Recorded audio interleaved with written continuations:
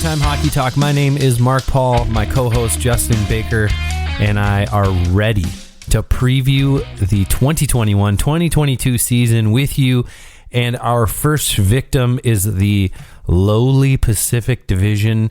Justin, I feel like for some reason, this is season 5 for us, right? Is it season 5? Is it really? Or 4? Oh my! I would probably guess season 4, but we started 2017-18. So 2017, 18, 19, 20. This is season number 5, man. Dude, this is it right here. Season 5. I mean, think about the TV shows that make it to season 5. Like, those are usually some good shows. I mean, when it comes to TV shows, I feel like usually around season 5 is when you start to be like, I don't like the show that much anymore, but I have to keep watching because I've devoted so much of my life to this show. But I'm invested. Hopefully our show is continually getting better. That's the hope. Hopefully we didn't peak after like episode 9. That would be sad. Episode 9. I want to go back and listen to episode 9 and just see how much better it was than what we're doing now. Dude. But yeah, well, I'll just say congratulations to you and to me and to us because we made it 5 years. That's an achievement in the podcasting world. That's an achievement for pretty much anything in life. I don't know how many things I have done for 5 years. That's a good point. And actually, it's funny you mentioned that because I actually, for those who don't know, my full-time regular job is just HR, right? So I was interviewing a candidate for a position at my company. And I always ask the question, just as like a curveball to get people thinking really, really quick. The first thing I ask them, because they're expecting a question like, oh, yeah, what are your skills? How are you going to be awesome at this job, whatever. Sure. And I say, tell me something about yourself that other people would be surprised to know. And this guy busted out. He's just like, yeah, I used to host a podcast. I'm like, great. Tell me about it. And it was a Dungeons and Dragons podcast. What a nerd. Yeah. But good for him. And I was like, cool, yeah, what's your podcast name? And I was like totally into it, wanted to check it out. He's like, well, we stopped doing it in 2019. We only did it for like 2 years. I'm like, oh, okay, that's a bummer. But he asked for ours, which was great. But nice. Yeah, now that you think about it, in retrespect, right, he only went 2 years. And I'm thinking we were on 5. That's phenomenal. Yeah, starting our 5th year. Yeah, it's crazy. I think I guess technically we've now been going for 4 years. But, no end in sight. Season 5, here we come. Season 5, it's on. Okay, let's jump right into the Pacific Division. Let's just start with the team that is, I guess, maybe somewhat easier to kind of speculate about where they're going this year. The Anaheim Ducks, a team that finished, obviously outside the playoffs. They haven't been in the playoffs in recent years, and the Ducks are in a place where they are likely rebuilding, even though they do bring back their captain, Ryan Getzlaf, for another year. And, they're kind of in this position where it's almost like a holding pattern. You're hoping that your younger guys are able to come in and make an impact, but do the Ducks really want to be good, make the playoffs here? That might be... There's the question. Like, are they trying to win, or are they just trying to be, that team that finishes somewhere between 24 and 32? Because that's sure the way that it looks. Yeah, you're not kidding. I mean, I can't remember. I think it was Jay Fresh. He's on Twitter anyways, but he does all the wins above replacement percentages, these infographics I love looking at. Yes, they're great. Really breaks them down. Yeah. Anyways, he was projecting out points, and I think he had Anaheim second, if not third worst in the NHL to finish this season. Obviously ahead of Buffalo and right in the thick of things with LA and Detroit, I believe. But still, I mean, yes, you're right. This team is definitely in a rebuild window. Obviously, holding on to Ryan Getzlaf. I'm not sure why he didn't want to. I mean, I don't know. Maybe, he has his cup. He's probably good.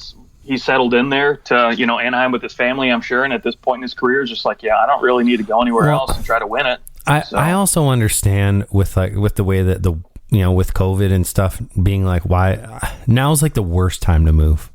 Sure. to a new city. Like, it's one thing if you're like, we're trying to get out of the city and move out into the country, like I just did 6 months ago, where you're trying to almost like escape some of the madness because the people out here don't care nearly as much about it. So it's a little bit different. Whereas, I mean, what's he gonna like? Where's he gonna go to escape it? Nowhere. You might as well just stay where it's familiar.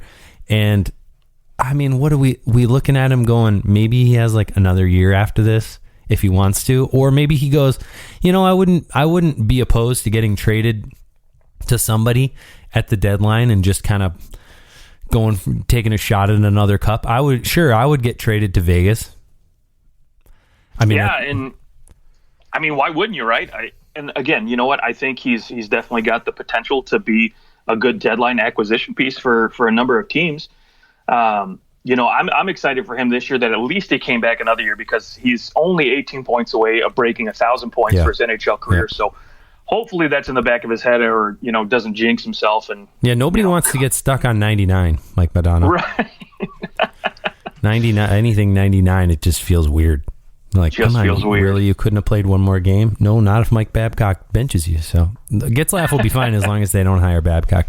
I think really when I look at the Ducks, we talk about Getzlaf being a free agent, but the Ducks really do have some high-end players that are about to become unrestricted free agents at the end of this season. You've got Rickard Rakell up front. Every team's looking for a guy like Rickard Rakell. He's not expensive, $3.79444 million cap hit. I don't know where that number came from, but Rickard Rakell, what team doesn't want to add somebody who's pretty much every year a guaranteed, like if we're in a full season, he's like a 50-point guy. He's a 20-goal scorer at least, and you can really play him up and down your lineup, and he's going to score no matter where he is, and he's he can fit under the cap, and so I think he's. There's no way he's not gone at some point in the season, in my mind.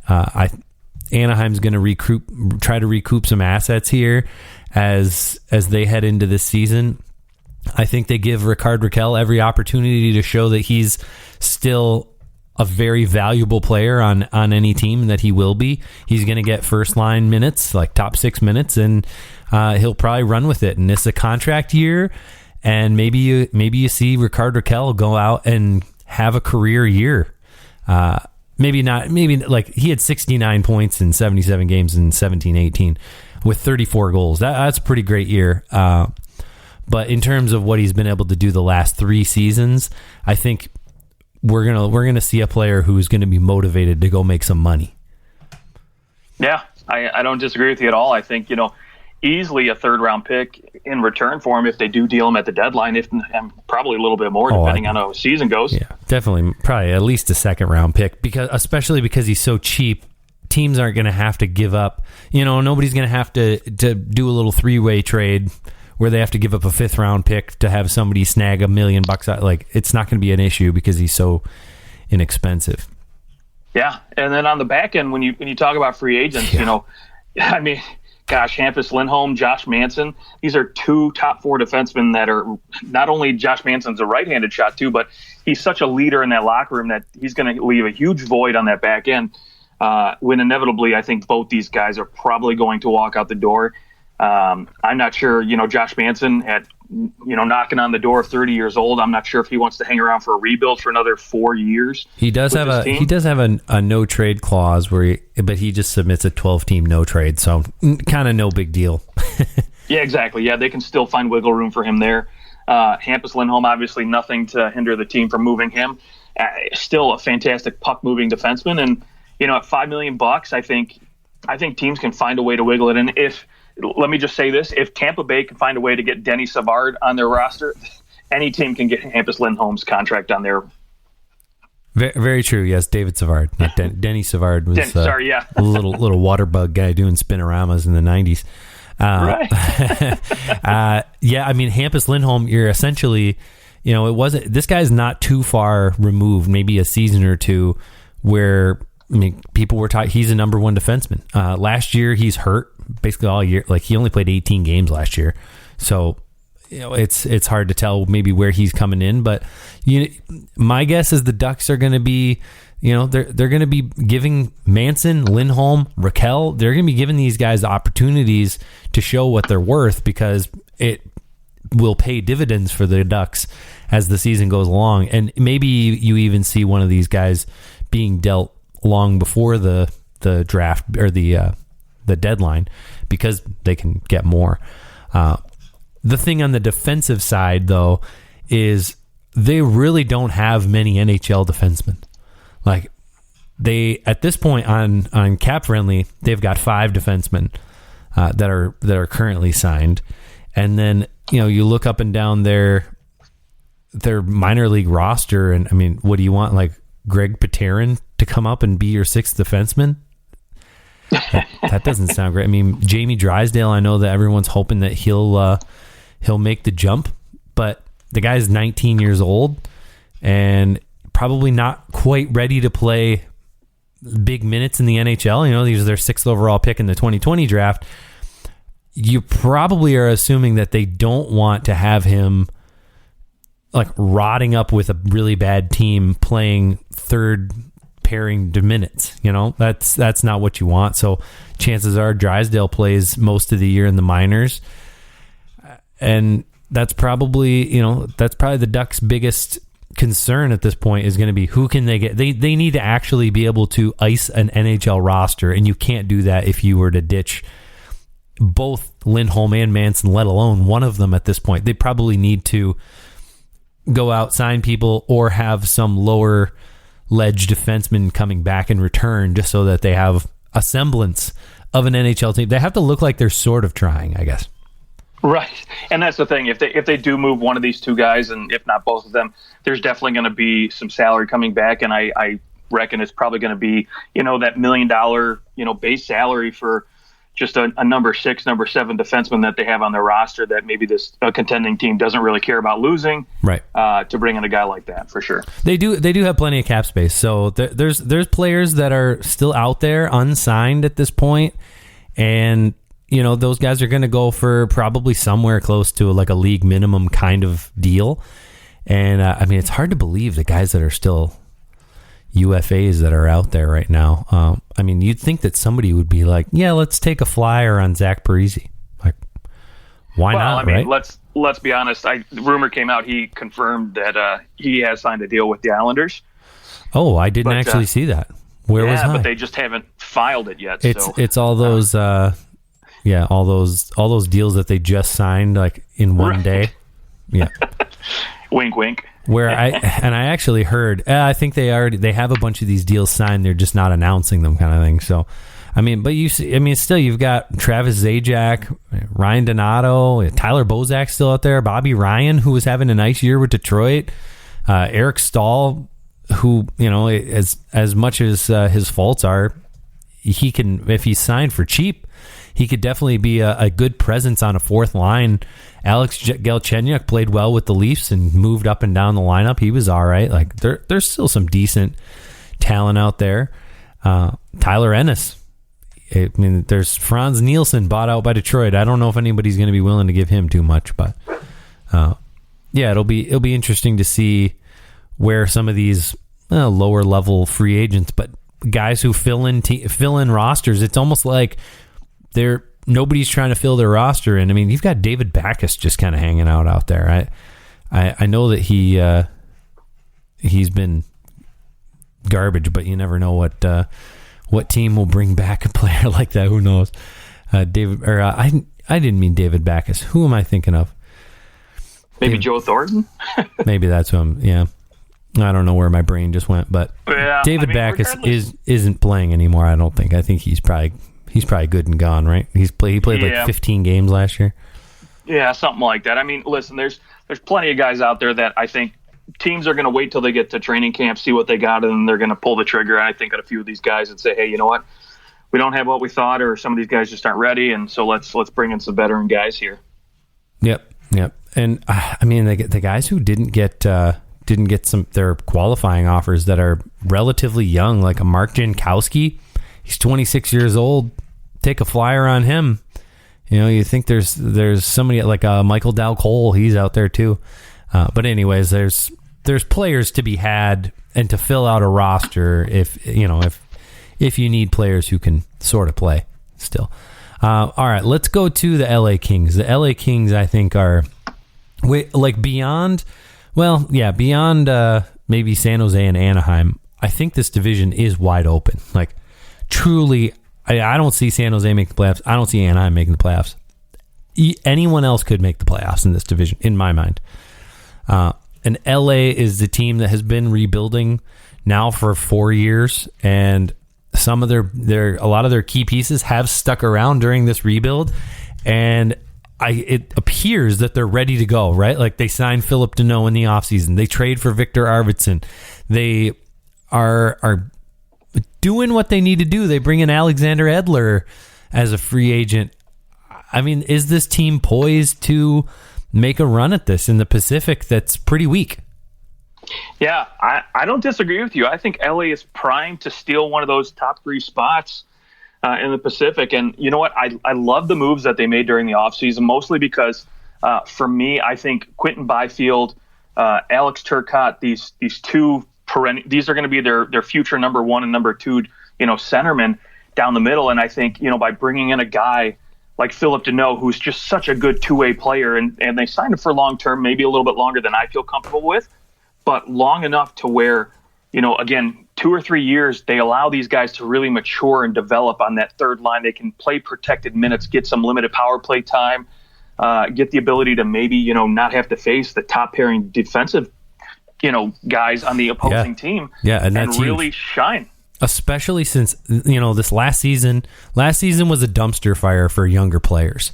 Like, right. In my mind, just so hard to develop well when everything's kind of crazy and up in the air. And fortunately, Byfield able to play in the AHL last year, and he put up some decent numbers, like 20 points in 32 games. In the World Juniors, he was good, and so in his 6 games with LA, didn't make much of an impact. He had a one helper, but you got to expect coming into this year now with a normal off season. They've got their rookie camps, and they're having the normal routine of what a player coming into an organization would experience. I think you're going to see a much better return on Byfield this season. Him and Turcotte are both likely going to make this team, and it's going to be fun. Like, I think they're probably still on the outside looking in when all is said and done, but I think they're probably more like the Ottawa Senators this past season, where kind of a rough start, different points of the season where they just can't seem to win, but they really find themselves by the end of the year. Their younger players have their role, they understand it, and they're playing at the where they feel like they can be, and we kind of get a glimpse of what this team will look like in the future. Unfortunately, I don't know if it's enough. However, I guess the biggest difference is you've got some veterans up front. Now, you mentioned Deneau, you've got Kopitar and Dustin Brown and Victor Arvidsson and Alex Iafallo, decent top 6 forwards who, if these younger guys just can't cut it, they can at least hold their own. And I think defensively they'll be better having Edler up there, but ultimately that's probably their downfall, is their back end. Just once you get beyond Drew Doughty, there's really no one that is going to knock your socks off on this defensive core, and that's probably just the biggest downside for them. Yeah, I mean, unfortunately, there's really not a lot of guys that are going to push the pace and produce offensively for this team on the back end. I mean, yeah, they managed to lock up Matt Roy and Sean Walker for a few more years, but those guys aren't, like you said, guys that jump off the page, right? Alexander Edler, he's fine, but I don't really see him much more than a 4-5 defenseman for this team. Right. You know what? The biggest question mark for me, though, is whether or not I think this team is going to push for one of those playoff spots is going to have to come down to goaltending, right? Because obviously we talked about the defense, right? There's not a lot of guys that can push the needle as far as, offensive, pace goes. But, when they are playing that defensive hockey and trying to, play those low scoring 2-1 games and, chip in and get that extra goal, is Cal Peterson going to be the difference? Jonathan Quick, he's been, in my opinion, not good for the last 3 years. And so I don't expect much out of him, this season at all. So does Cal Peterson play up to his potential as far as a potential number 1A, 1B goaltender and get that extension that maybe I think, LA has been a little hesitant to hand out right now? Or at some point does does LA say, hey, you know what, we got to make a move. We got to bring a guy in here to help us out. Let's go sign somebody. I'm not really sure off the top of my head. Maybe who's available for agent. There's not much out there in terms of free agent goaltending, and they've mostly been snatched up. But if Cal Peterson plays the way that he played for Team USA in the World Championships, 7 games, 1.29 goals against, and a .953 save percentage, if he can get anywhere close to that, then we're talking. Then we're talking LA in the playoffs. But I think he had a decent year. I mean, a .911 save percentage is fine. He's been good the last 3 years. I mean, really, he's been as good as anyone as anyone that you could ask for. I mean, over almost a .92 save percentage across the board over his last 50 something games. So if he can keep playing like that, he's in good shape. But can LA score is going to be the other side of it, and what kind of high danger chances are they giving up because their defensive core isn't as good and they're not moving the puck as well. That'll be the biggest question. And he played 35 games last year. That's the most he's ever played in the NHL. Can he push that even further? Can Jonathan Quick stay healthy? If he can't, just so many questions. Yeah, and I think if Victor Arvidsson can get back close to his 30-goal pace, with Danault's two-way ability to kind of shut down and get rid of some of those scoring chances going the other way, I think, this team could really make a push. Yeah, I think Arvidsson's probably good for 20, somewhere around between 20 and 25. I think 30 might be pushing it now, but you never know. I mean, he's going to likely, maybe he gets to play with Kopitar, and that's a definite game changer. You could also play him versus Ryan Johansson and Matt Duchene, and go to Kopitar. So. Right, different level of playmaking and talent overall. Mostly because Kopitar actually can sort of shoot the puck. Ryan Johansson, I don't think he ever learned how. He just doesn't score. Okay, so we'll get back to we'll do playoff predictions at the very end. What we actually think will happen. For now, let's move on to the San Jose Sharks. We'll make a quick mincemeat out of the San Jose Sharks because this team is already turning out to be a dumpster fire. Evander Kane is just sounds like he needs to figure out his life. That's he's got to go. Yeah, it's not like nobody wants him there. He's a giant bag of douche is what I get the sense of. Literally no one wants him. And you know what? Nobody wanted him in Buffalo. Nobody wanted him in Winnipeg. People hate this guy. Nobody wanted him in Atlanta either. So bye. Yeah, no, I mean, Atlanta didn't want Atlanta. They didn't want the Thrashers at all. But I mean, Evander Kane is just he needs some help.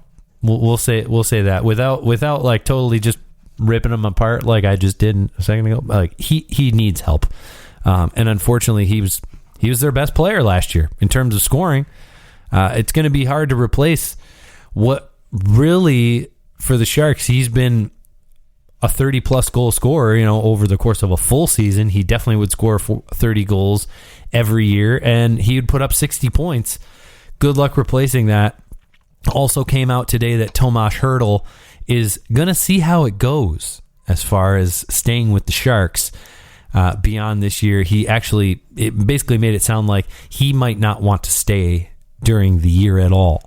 So he's going to see how it goes, and then he might, essentially request a trade, and he'll be gone. So this whole thing is just kind of, it's falling apart. And when you look at this team, you kind of go, well, yeah, they lost all their character. You lost your identity. You let Joe Thornton leaves and Joe Pavelski leaves. Patrick Marleau's gone. Patrick Marleau, well, he was there last year, but he's not the Patrick Marleau who is a good player. He's a third, fourth line player now, and sure he can have some influence, but he's not out there playing. This team really lacks the character, I think, that you need to be a good team and a good franchise. And it just, for whatever reason, this thing has kind of gone off the rails. And, who's to blame? It's Doug Wilson. Like, this thing has gone on too long, and perhaps it's time that the Sharks, maybe find an option where Doug Wilson can move up in the organization and they can bring in some fresh eyes and not let Doug Wilson attempt another rebuild, retooling, as he called it 10 years ago. I just think I don't think it's working, and the Sharks need to make some changes in my mind. Yeah, I don't disagree with you, and I think it starts with Tomas Hertl, right? I think you need to jettison him to a team somewhere where he can go be successful and have an opportunity. I mean, in my opinion, I think Tomas Hertl is one of the most underrated two-way forwards in the game. This guy has a great defensive knack. Oh, who would you rather have, Tomas Hertl or Philip Deneau? I'd probably take Hertl, to be quite honest. Yeah. Deneau is nothing. I mean, I think he's just he's the new treat. Like, ooh, he made it to the Stanley Cup final. Look what he did.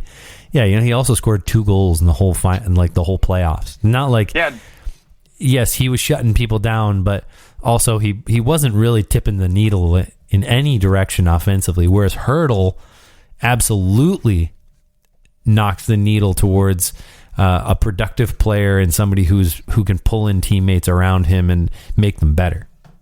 Yeah, and at 27, he's still in his prime. I think this guy is more than capable of still being a 70-point player on a halfway decent team. You put him with a couple really good wingers, and I think he can push the needle towards a point a game right now the way he plays. And especially because I think any team that trades for him is probably going to put him on a second-line center position. I think they'll probably – I mean, honestly, I'd look right at Vegas and be like, this guy would be perfect to center a line with Mark Stone and Pacioretty. I think he could easily put up a point per game with those guys.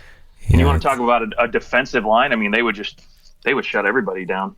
Yeah, I mean, the San Jose Sharks could just be Vegas's farm team. Just send players up and down. There you go.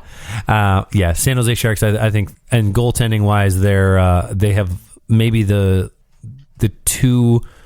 I mean, Aiden Hill, coming in from Arizona, he'll be okay.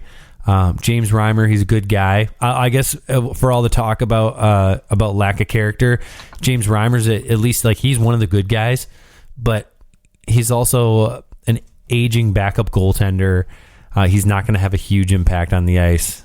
Hopefully he can have an impact on on that goaltending tandem, give Aiden Hill some support, and Aiden Hill turns out to be a really good goaltender, and that maybe could at least be some of the silver lining for the San Jose Sharks, is if they find a decent goalie, because they have not had one in a long time since they bet the farm on Martin Jones, and it worked for a year, and then it all fell apart. San Jose Sharks, it's sad because they brought in with Carlson and Burns and Vlasic was so hyped. They were so hyped, and then it just never panned out, and now they're just stuck with those people. $11.5 million. That's not going away.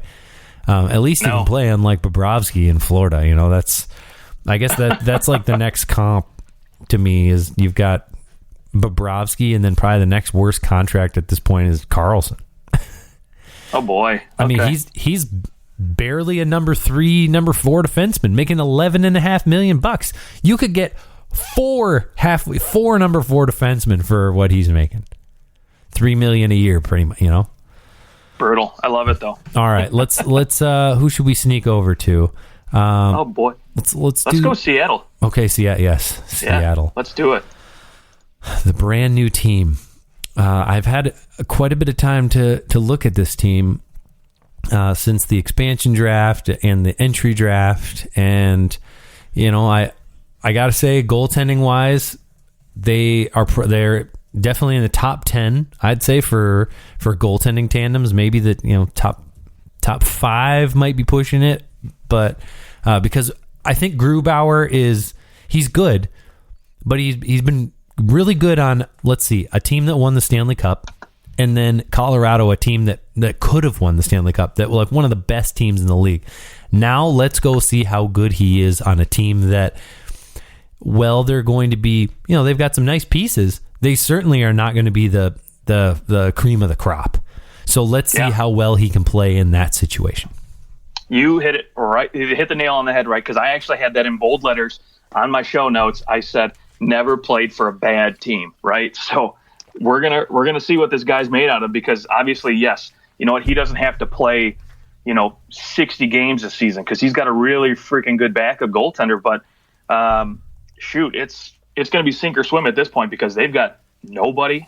I mean, they drafted at the expansion to suck, to build, and to go at this thing long term. They didn't expect to go in like Vegas and have immediate success. Yeah, so I mean, they're gonna have trouble scoring goals. That's pretty clear. I mean, yeah, you got Mark Giordano, cool, nice name value. Jamie Alexiak, he's tall. Adam Larson, he had maybe his best year, playing for the Oilers last year, but really struggled when he left New Jersey and went to Edmonton at first. So I wonder again, will he have those same struggles? Like, hey, new city, new place. People don't change. People are usually who they are. So, if a new move and that kind of switch kind of throws him off, I don't know. At the same time, at least he wasn't dealt for a superstar. Like, he can shake that off. He doesn't have to have the pressure of knowing, like, okay, I need to be comparable to Taylor Hall. Like, he doesn't have that. So that's good. Nobody's going to be comparing him to Taylor Hall anymore. It doesn't matter. So that's good for that. But defensively, I don't mind the team. Vince Dunn, they based on the players that they have a decent top four. Good depth on defense as well. But I don't know how they're going to score. I really don't know how they're going to score. I think that they're likely going to have to play a very structured game. And based on what I've seen from Dave Hackstall, I just don't know if that's going to be the case. I think he was brought in there to develop, and because remember, he's a college guy, right? Like, I know he was in Philadelphia, but he came from a college program, and his bread and butter is development. So he's there to develop. I'm sure he'd love to win. I'm sure he's not thinking, oh, I'm just here to lose and develop players. No, but I do think that he's there to develop and create a program, create something down the road where they can be good. And based on what they have right now, I think they look like they're the shiny new toy. So you want them to be good because they're the shiny new toy, and Vegas being as good as they were in their first year. There's a lot of expectations that maybe they can pull that off, but I think it's good. They could make the playoffs because the division's so bad, but I think that there's other teams with far more talent, and they've been together longer. Like Vancouver, their core has been together. Edmonton, their core has been together for a long time. LA, their core has been together for a long time. Like, I think that there's some better teams that will find their way into the playoffs, and you bet your money that only 3 teams are going to the playoffs from the Pacific Division. Yeah, and that's the thing too, right? So when we talk about teams that have been together for a while, right? When we look at a team like LA, right, we know Deneau and Kopitar, right, are going to be that number 1, number 2 center, right? San Jose, we know Tomas Hertl is going to be up there in that top 6. Well, yeah, we kind of have an idea that we can guess and say, okay, cool, Jaden Schwartz, Eberle, those guys are going to be in the top 6. But after that, I couldn't freaking tell you. I mean, maybe Yanni Gourde might be their number 1 center, and he's never played at any higher than a number 3 center in Tampa in his life. So right. Who are you getting, right? I mean, maybe Alexander Wenberg finds a little bit of his mojo from his first season in Columbus, and maybe he can slide in on that top spot. Who really knows, right? So obviously you're going to have a lot of guys trying to figure out where they slot, whereas, like you said, teams that have been together for a while, they kind of know generally where guys are going to play. They know who's the role players, who are the penalty killers, right? With this team, it's all kind of like, okay, well, let's figure out who's good at what works with what guy, and see what we can come up with. And it's going to take a while, so they're going to come out of the gate, and I think either they're gonna fall really, really hard and just look really, really bad, or they're just going to skate by and I think be on thin ice and just barely get by because of a decent defense and good goaltending. Oh yeah, they could be a 500 team for a little while. I think they've got some decent veterans. I remember also Yanni Gourde will be out until sometime in November. So he's definitely out for at least the first month Could be 2 months, could be longer. I mean, it was a shoulder surgery. You just never know with that stuff. Could be sooner, but I just, when I look at that, I don't think this team's trying to be world beaters. There's no point. They're not going to win the cup.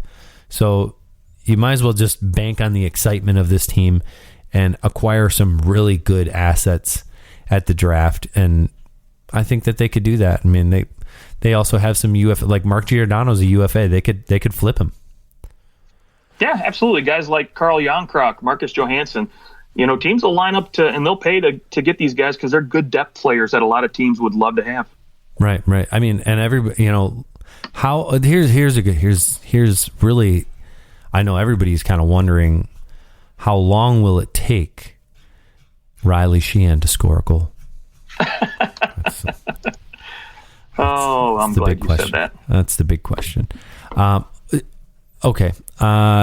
So I need to go in a couple minutes. So we're gonna have a part 2 of the Pacific Division. But before we go, who's the one player on Seattle that you see kind of like people don't really know them very well right now, and because of the situation that they've been put in, a brand new team, this player is going to have a breakout year? Who's that player?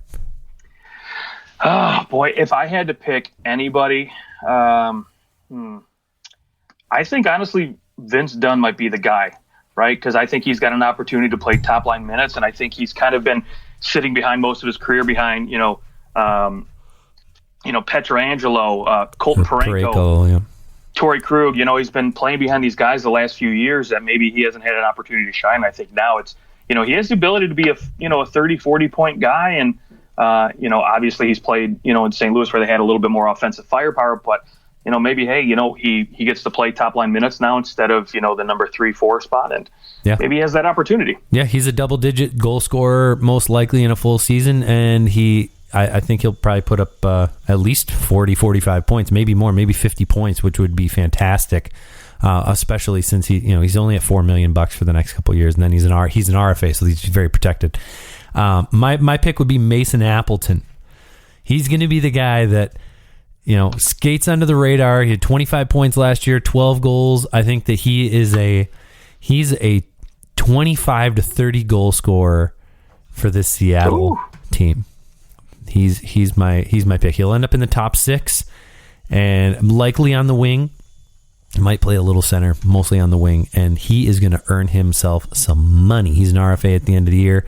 And they'll want to get him locked up quick. So my pick's Mason Appleton, and Jets fans will weep in their sleep.